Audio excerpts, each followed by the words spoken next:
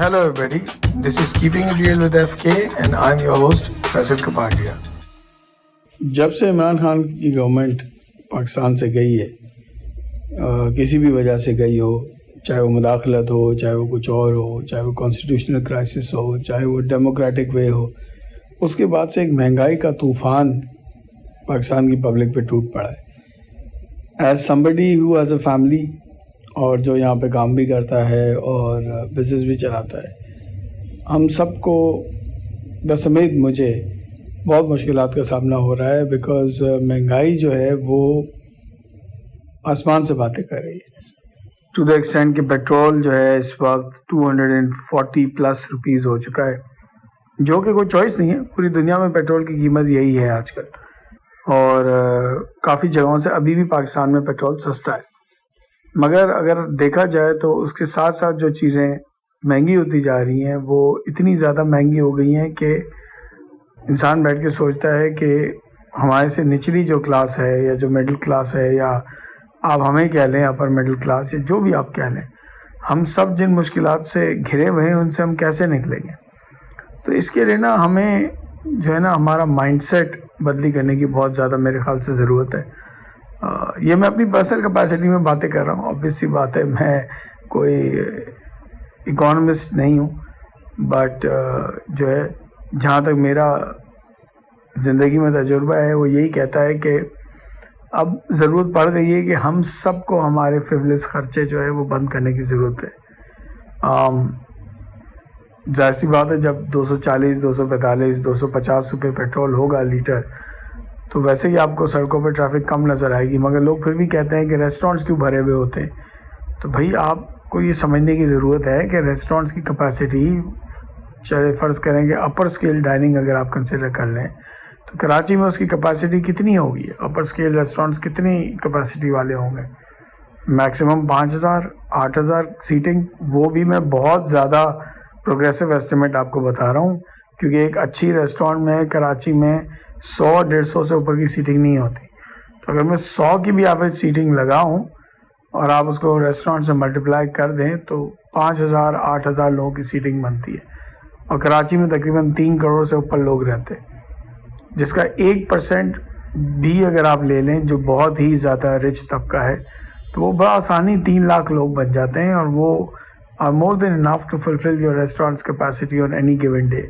تو یہ کوئی بیرومیٹر نہیں ہے دیکھ کے کہ ریسٹورینٹ فل ہیں اپر اسکیل کی تو یہاں پہ لوگوں کو کوئی مسئلہ نہیں ہے، یا لوگ روڈوں پہ کیوں نہیں آتے. لوگ یہ کہتے ہیں، یہ ایک اور بات کہی جاتی ہے یہاں پہ کہ لوگ روڈوں پہ کیوں نہیں آتے. تو میں آپ سے پوچھتا ہوں نا کہ لوگوں روڈوں سے آنے پہ کس چیز نے روکا ہوا ہے؟ مایوسی نے روکا ہوا ہے. کیونکہ لوگ جب اس ملک میں روڈوں پہ نکلے ہیں، چاہے وہ خان صاحب کے لیے ہوں یا کسی اور کے لیے ہوں، یا مہنگائی کے خلاف ہوں، یا ڈیفینس میں پانی بھر جانے کے لیے ہوں، یا کسی اور وجہ سے ہو، یا کسی اور احتجاج پہ ہو، وہ ہمیشہ ناکام ہی ہوئے. ان کو آگے سے کچھ نہیں ملا. At the end of the day تو خان صاحب کی حکومت کے اینڈ میں بھی لوگوں کو ناکامی اور مایوسی کا ہی سامنا کرنا پڑا ہے نا، کہ یہ جو ایک آخری امید یا آخری ہوپ جس کو کہا جاتا تھا، that also left us all disappointed in the end. ہمارے لیے تو اچھا نہیں ہوا، برے سے برا تر ہی ہوا. اور جیسے ہی وہ گئے ہیں تو ہر چیز کے ریٹ بڑھائے جا رہے ہیں. ڈالر پاگل ہو گیا ہے، 212 روپے تک گیا تھا، اب وہ 208 روپے پہ واپس آیا ہے. چیزیں اتنی مہنگی ہو رہی ہیں کہ اب ہم سب کو جو ہے alternate style of living adopt کرنا پڑے گا، جس میں آپ کم باہر جائیں، آپ کم گھومیں پھریں، آپ کم مہنگی جگہوں پہ کھانا کھائیں. اس کے علاوہ آپ ڈیلز ڈھونڈیں ہر چیز کے لیے. اب وہ زمانہ چلا گیا کہ آپ اپنی مرضی سے ٹریول کر سکیں اور جب چاہیں آپ ٹکٹ کٹائیں اور ویزا لیں اور چلے جائیں باہر. اب آپ کو جو ہے الٹرنیٹیو سیر و تفریح کے مقامات بھی ڈھونڈنے پڑیں گے، جیسے انر پاکستان، ناردرن ایریاز. اور اسی وجہ سے ناردرن ایریاز کا ٹریفک اس لیے اتنا بڑھ گیا ہے کیونکہ لوگ اب کوائٹ فرینکلی باہر جانا افورڈ ہی نہیں کر سکتے. تو یہ بھی ایک چیز ہے جو ہمیں کرنے کی ضرورت ہے. اس کے علاوہ ہمیں ہماری پوری لائف سٹائل کو چینج کرنا پڑے گا اور سمپلر بنانا پڑے گا، because we don't have a choice.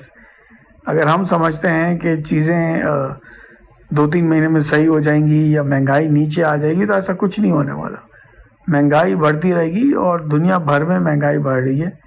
امریکہ میں مہنگائی کی شرح جو ہے اس وقت اراؤنڈ 35% پلس ہے انفلیشن، اور وہاں پہ بھی لوگوں کا برا حال ہو گیا ہے، وہاں پہ بھی لوگ بہت بری طرح کرائسس میں مبتلا ہیں. بس فرق صرف یہ ہے کہ امریکہ میں وہ ڈالرز میں کماتے ہیں اور ہم روپیز میں کماتے ہیں یہاں پہ. تو ہمیں ضرورت ہے کہ ہم اپنی لائف سٹائل کو بدلیں اور چھوٹی چھوٹی چیزوں سے شروع کریں اور اس کو آہستہ آہستہ آہستہ آہستہ کٹیل کر کے سمپل لیونگ کے کانسیپٹ کی طرف لے جائیں. جو آپ کو یاد ہو کہ پہلے ایک زمانے میں جب for example I am 48 years old, تو میرے بچپن میں لائف بہت سمپل ہوا کرتی تھی. اور یہ کہنا فضول ہے کہ نہیں اب ہم واپس اس زندگی میں نہیں جا سکتے، ہم جا سکتے ہیں.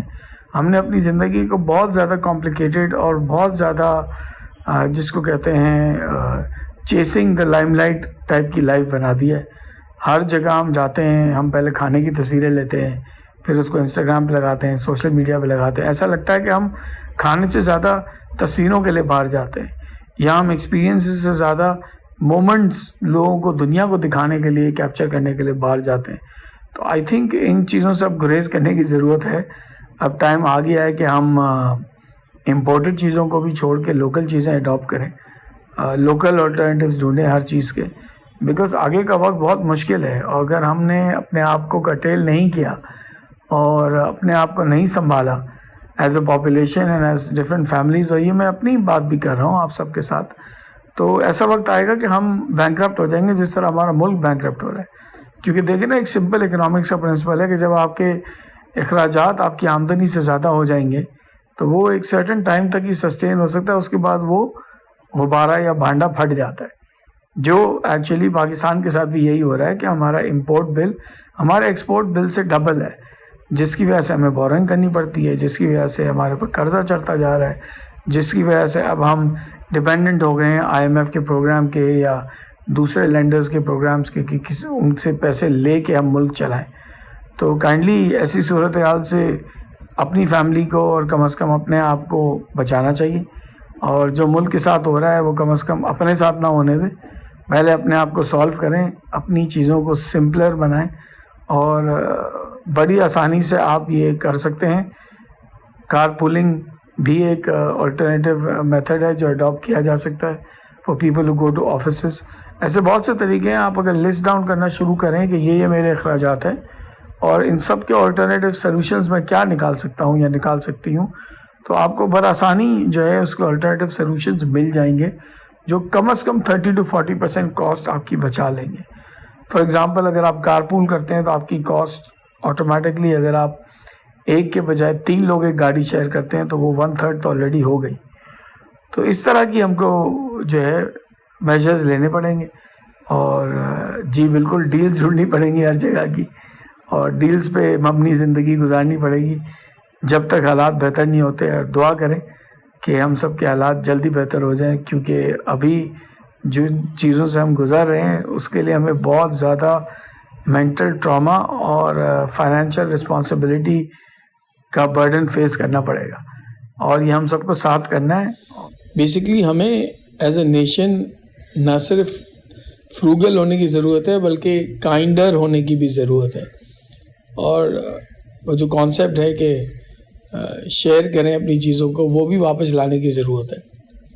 جو ایک شریف انسان ہے جو چوری نہیں کر سکتا، جو ڈاکے نہیں ڈال سکتا، وہ اس کے پاس کیا چارہ رہ جاتا ہے اینڈ میں جب وہ چیزیں نہیں افورڈ کر سکتا؟ تو یا تو وہ برداشت کرے یا وہ اپنی زندگی ختم کر لے. تو ہمیں آس پاس کے لوگوں سے کائنڈر ہونے کی اس لیے بھی ضرورت ہے کیونکہ ہمیں اندازہ نہیں ہے کہ کتنے لوگ ایک سنگین ٹراما سے گزر رہے ہیں. آئی تھنک اب ضرورت پڑ گئی ہے کہ ہم اپنے آس پاس کے لوگوں کو نہ صرف ان سے بات کریں بلکہ یہ جو سچویشن میں ہم سب مبتلا ہیں ایک دوسرے کی مدد کرنے کی کوشش کریں. Because in the and nation ایسے ہی بنتا ہے جب لوگ ایک دوسرے کی مدد کر کے ایک کمیونٹی بنتے ہیں، اور کمیونٹی سے پھر وہ نیشن بنتے ہیں. تو اپنا اور اپنے آس پاس کے لوگوں کا خیال رکھیے، اور آئی ہوپ کہ ہم سب بیٹھ کے اپنی لائف سٹائل کو ریکنسیڈر کریں گے، اپنی حرکات کو کرٹیل کریں گے، اور ایسے معراج کے پیچھے نہیں بھاگیں گے جس کا اینڈ رزلٹ آپ کو ایک ریگستان میں چھوڑ جائے.